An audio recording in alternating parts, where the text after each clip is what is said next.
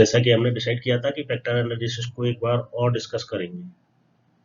Factor analysis first part में हमने इसका मैकेनिज्म समझने की कोशिश की थी, इसकी मेथोडोलॉजी क्या है, फैक्टर एनालिसिस कैसे हमें फैक्टर्स को फाइंड आउट करने में मदद देता है। फैक्टर एनालिसिस सेकंड पार्ट में हम SPSS के थ्रू इस पूरे कैलकुलेशन को करने की कोशिश करेंगे, और चूंकि स्मार्ट कंप्यूटिंग पॉसिबल है इसीलिए फैक्टर एनालिसिस को रिसर्च में यूज किया जा सकता है। इसके कैलकुलेशन को हम एक्सेल पे कर सकते हैं, और अगर हम इसको SPSS या कोई इकोनोमेट्रिक सॉफ्टवेयर पैकेज पे कर रहे हैं तो हमें फार्मूला भी याद करने की जरूरत नहीं है।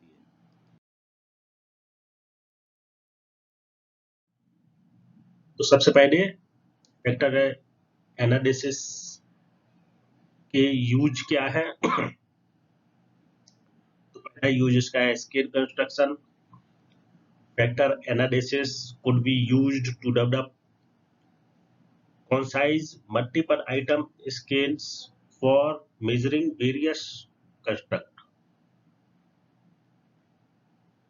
सेकंड इसका जो यूज है वो है stabilize antecedent. This method reduce multiple input variables into grouped factors। Third इसका जो यूज है साइकोग्राफिक प्रोफाइलिंग। साइकोग्राफिक प्रोफाइलिंग क्या होती है? Different independent variable can be grouped to major independent factor. These are that are used for identifying personality types। जैसे कि हमने देखा कि सपोज दैट कि अगर हम क्रॉप इंश्योरेंस में देखना चाहते हैं कि कौन से किसान क्रॉप इंश्योरेंस को ऑप्ट करते हैं, तो हमने कहा कि शिक्षित लोग ज्यादा ऑप्ट करते हैं, सोसाइटी से जुड़े हुए लोग ज्यादा ऑप्ट करते हैं, समाज सेवा से जुड़े हुए लोग ज्यादा ऑप्ट करते हैं, या पॉलिटिक्स से जुड़े हुए लोग ज्यादा ऑप्ट करते हैं। तो इन सारे जो फैक्टर अभी हमने तुम्हें गिनाए इनको हम कंबाइंडली कह सकते हैं कि जेंटलमैन ज्यादा क्रॉप या स्मार्ट पर्सन ज्यादा क्रॉप इंश्योरेंस को अवेल करते हैं। तो इसको एक उस तरह से उस क्वेश्चन में भी इसको बनाया जा सकता था। फोर्थ इसका जो यूज है सेगमेंटेशन एनालिसिस। जैसे कि अगर हम कोई वाहन बनाने वाली कंपनी में काम कर रहे हैं और अगर हम एक कमर्शियल व्हीकल बनाना चाहते हैं तो हमारे जो ओपिनियन होंगे वो क्या होंगे कि माइलेज अच्छा हो, स्ट्रांग हो, ज्यादा वजन दे पाए। और अगर हम कोई पैसेंजर व्हीकल बनाने की बात कर रहे होंगे तो हमारा मोटिव होगा कि लग्जरियस ज्यादा हो, मेंटेनेंस कम हो। इस तरह से सेगमेंट एनालिसिस में हम देखते हैं कि कौन कौन सी चीजें ग्रुपेड हैं या किन को एक ग्रुप में रखा जाना चाहिए, तो वो फैक्टर एनालिसिस के थ्रू पॉसिबल हो पाता है। फिफ्थ जो इसका यूज हो सकता है वो हो सकता है मार्केटिंग स्टडी में। तो मार्केटिंग स्टडी में जैसे कि अगर हम कोई न्यू प्रोडक्ट लाना चाहते हैं तो new product development, product acceptance research, developing of advertisement etcetera.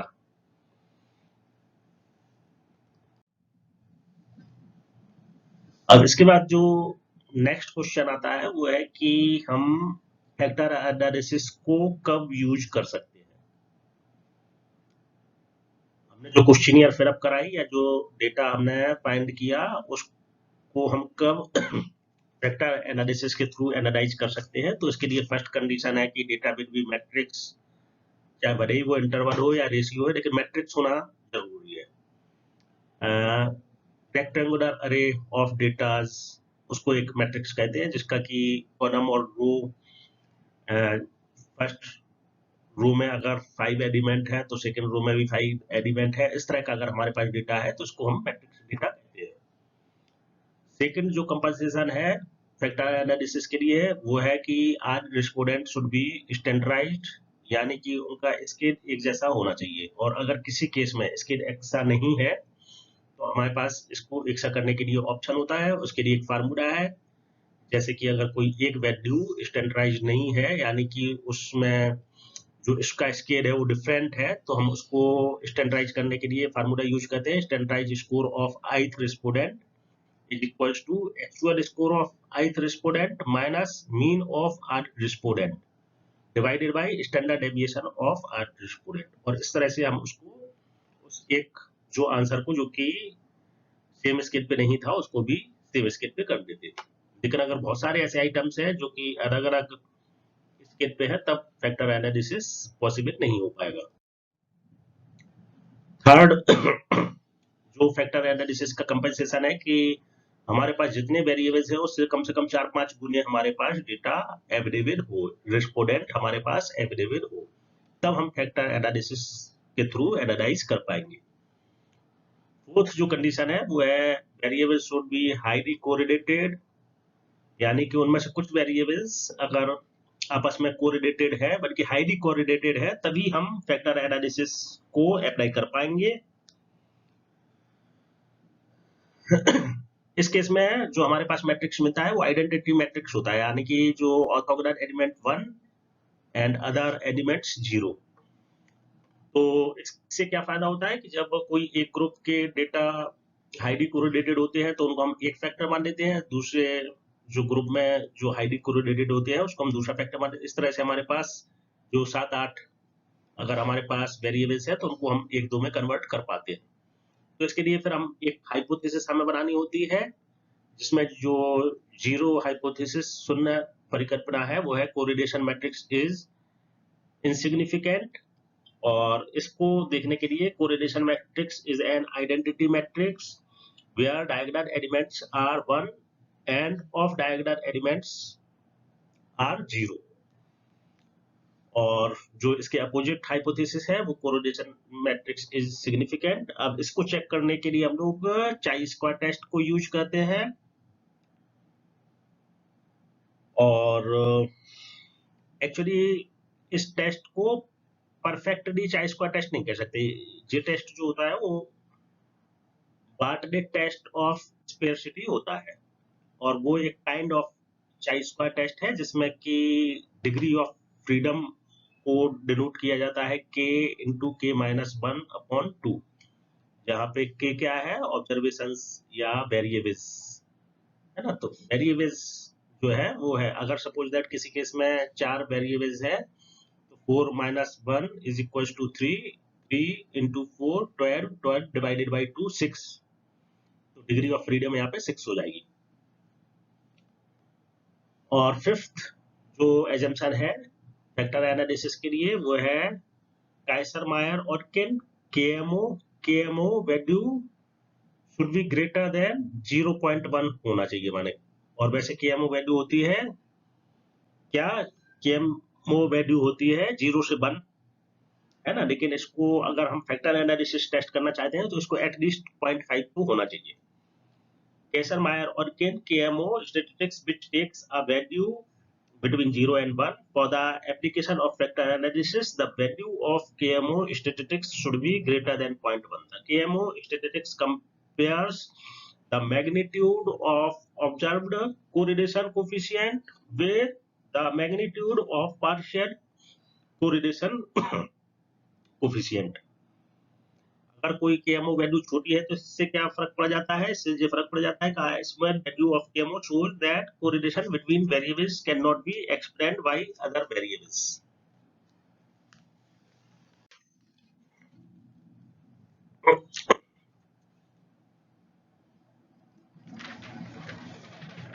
हमारे पास अब इसके बाद फैक्टर एनालिसिस को कैसे ऑर्गेनाइज किया जाता है, तो इसके बेसिकली 2 स्टेप है। सबसे पहले तो एक्सट्रैक्शंस ऑफ फैक्टर, जिसके लिए हमारे पास 3 मेथड है, centroid method, principal component method and maximum likelihood method. यहाँ पे हम प्रिंसिपल कंपोनेंट मेथड का यूज करेंगे, मोस्टली प्रिंसिपल कंपोनेंट मेथड का ही यूज किया जा सकता है। SPSS में भी एक्चुअली ये इजी होता है। तो इन PCM मॉडल में हम क्या करते हैं, हमारा जो मॉडल होता है वो होता है Fi is equal to Wi1 x1 Wi2 x2 Wi3 x3।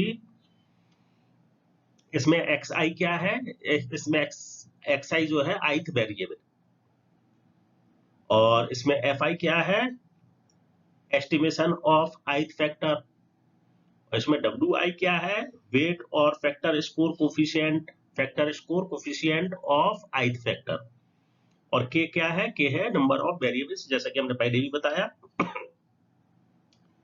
Principal component method involves searching for those value of wi so that the first factor explain the largest portion of total variance.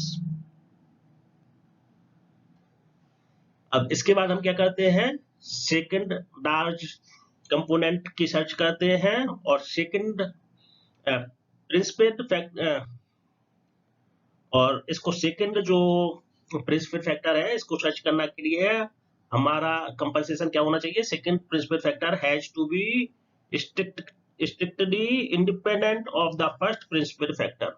अगर हमारा second जो most effective factor है वो first factor से correlate नहीं होना चाहिए। The same principle is then repeated until there is little variance to be explained.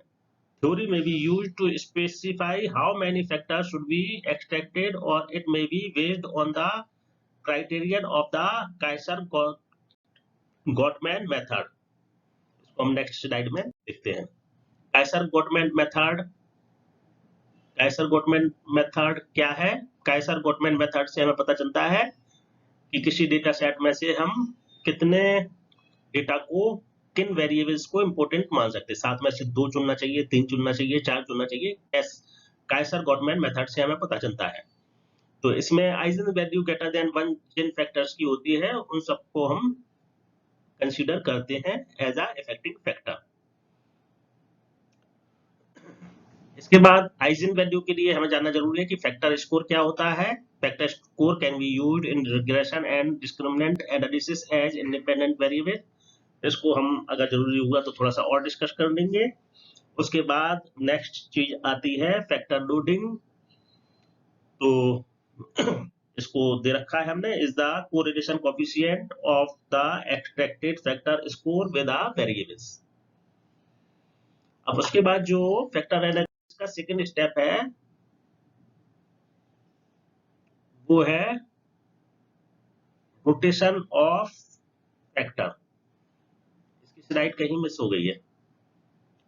तो रोटेशन ऑफ फैक्टर जो है उसका main purpose, rotation of factor का main purpose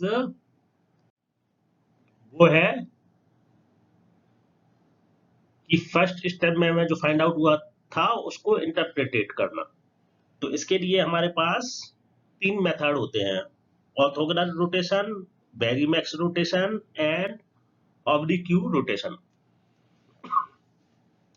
The basic idea of rotation is to get some factor that have a few variables that correlated high with that factor and some that correlate poorly with that. अब इसके बाद हम लोग इसकी एक slide miss हो गई थी जो हमने रोटेशन ऑफ फैक्टर के लिए बना रखी थी। अब हम एक एग्जाम्पल SPSS सॉफ्टवेयर के थ्रू करने की कोशिश करते हैं। इस एग्जाम्पल में हमने देखते हैं कि हम इन्वेस्टमेंट बिहेवियर को पता लगाना चाहते हैं अपनी यूनिवर्सिटी में, बुंदेलखंड यूनिवर्सिटी में। हम चाहते हैं कि वहां के एम्प्लॉय इन्वेस्टमेंट करते समय किन चीजों को ध्यान में रखते हैं। तो इसके लिए हमने अपने 250-300 कर्मचारियों में से 80 लोगों को अपने क्वेश्चनियर भरवाई, और यहाँ पे हमारा जो डेटा कलेक्ट करने का प्रोसीजर था वो ये था कि हम 5 पॉइंट स्केल पे हमने उनसे strongly disagree, neutral, agree, strongly agree ऐसा पूछा। और हमारे जो क्वेश्चन थे वो किस तरह से थे कि वो रिस्क अवेयरनेस को महत्व देते हैं। अगर वो इससे हाईली डिसएग्री है तो उसको 1 नंबर देंगे, और अगर वो एग्री है तो 5 नंबर देंगे। रिटर्न को कितना माइंड में रखते हैं, वो रिस्क अवेयरनेस को कितना माइंड में रखते हैं, रिटर्न को कितना माइंड में रखते हैं, इंश्योरेंस कवर को कितना महत्व देते हैं, टैक्स रिबेट को कितना महत्व देते हैं, मैच्योरिटी टाइम को कितना महत्व देते हैं, क्रेडिबिलिटी ऑफ कंपनी यानी जिस कंपनी में वो इन्वेस्ट कर रहे हैं उसकी साख कैसी है, कहीं वो पैसा खा के भाग तो ना जाएगी, इस चीज को कितने लोग महत्व देते हैं। और वो 5 स्केल पे हमें आंसर देना है। अगर फर्स्ट नंबर हमने दिया तो इसका मतलब कि हम इस चीज को ध्यान में नहीं रखते हैं। जैसे कि अगर हमने क्रेडिट रेस्पॉन्सिबिलिटी ऑफ कंपनी के लिए अगर हम रिस्पोंडेंट है और हमने 1 नंबर दे रखा है, इसका मतलब है कि हम इस चीज को निगलेक्ट करते हैं। अगर 5 नंबर दे रखा है तो इसका मतलब कि इस चीज को हम बहुत विशेष ध्यान देते हैं। और 7th क्वेश्चन है हमारा इजी ऑफ एसेबिलिटी, माने कि कितनी आसानी से हम निवेश कर सकते हैं। और 999 जो नंबर है इसको हम यूज करेंगे मिसिंग वैल्यू के लिए। अगर किसी रिस्पोंडेंट ने कोई क्वेश्चन को खाली छोड़ दिया है तो उसके लिए हम उस रिस्पॉन्स को 999 लिख देंगे। अब इसके बाद SPSS के थ्रू इसको एनालाइज करने के लिए हमें सबसे पहले जो अपनी क्वेश्चनियर है उसकी कोडिंग करनी होगी। वेरिएबल व्यू में हम इसकी कोडिंग कर देंगे और फिर डाटा व्यू में हम इस डाटा को फिर कर देंगे। रिस्पोंडेंट फर्स्ट 80 रिस्पोंडेंट में पहले रिस्पोंडेंट ने X1 के लिए 1 में से 5 कितना नंबर दिया वो हम यहाँ लिख देंगे। सपोज दैट उसने 2 नंबर दिया। X2 के लिए उसने जितना नंबर दिया वो लिख देंगे। X3 के लिए सपोज दैट 1 दिया है। X4 के लिए सपोज दैट 5 दिया है। इस तरह से हम उसको 5 से ज्यादा तो कोई हो नहीं सकता है, 0 भी नहीं हो सकता है। अगर कोई उसने खाली छोड़ दी है कोई तो उसकी जगह हम 9 लिख देंगे। इस तरह से हम पूरी 80 डेटा की एंट्री कर देते हैं 1 2 3 4 5 80 तक। और उसके बाद फिर हमें SPSS पे कमांड देना होता है। तो उस कमांड का सीक्वेंस हमने यहाँ पे दे रखा है। क्लिक ऑन एनालिसिस, SPSS मेनू बार में एनालिसिस पे हम क्लिक करेंगे। उसके बाद डेटा रिडक्शन पे हम क्लिक करेंगे। उसके बाद एक्सट्रैक्शन पे हम क्लिक करेंगे तो हमें एक छोटा पॉपअप विंडो खुल जाएगी जिसमें कि हमें सिलेक्ट करना है principal component, unrotated factor solution, eigen value over 1। इसको हमने सिलेक्ट कर रखा है कि हम आइजन वैल्यू को इससे ज्यादा कंसीडर करेंगे, जैसा कि हमने अभी पढ़ा था। क्योंकि SPSS साइंटिफिक सॉफ्टवेयर भी है, इसको कई जगह साइंस में भी यूज, जहाँ पे इन सारे सिलेक्शन में कुछ चेंज आ जाएगा। यहाँ पे हमें इकोनॉमिक्स के या मैनेजमेंट कॉमर्स में इस तरह से करना है इसको सिलेक्शन। कोरिलेशन मैट्रिक्स, और उसके बाद हमें कंटिन्यूअस पे क्लिक करना है। फिर रोटेशन पे इसमें हमें सिलेक्ट करना है वेरीमैक्स। फिर उसके बाद कंटिन्यू को सिलेक्ट करना है। उसके बाद डिस्क्रिप्टिव, इसमें हमें सिलेक्ट करना है KMO, पार्टिडिटी टेस्ट फॉर सिग्निफिकेंस। और इसके बाद फिर कंटिन्यू, फिर इसको सिलेक्ट सेव एज, इसमें से हमें फिर सेव एज वेरिएबल्स को सिलेक्ट करना है और डिग्रेशन को सिलेक्ट करना है। उसके बाद डिस्प्ले फैक्टर स्कोर कोफिशिएंट को सिलेक्ट करके ओके दबा देना है।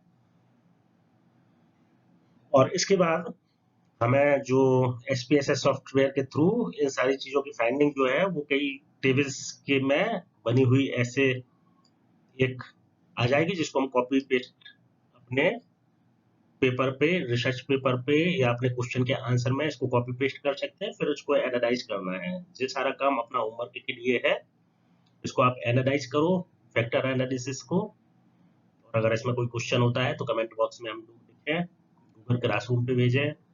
हमें अपने सारे असाइनमेंट को टाइमली कंप्लीट करना है। 3 या 4 तारीख को हैंड रिटेन हम जमा करेंगे। और इसके अलावा जो भी यहाँ पढ़ाया जा रहा है इसको नोटबुक में नोट करते चलें, एग्जाम में हमारे काम आएगा। Thank you.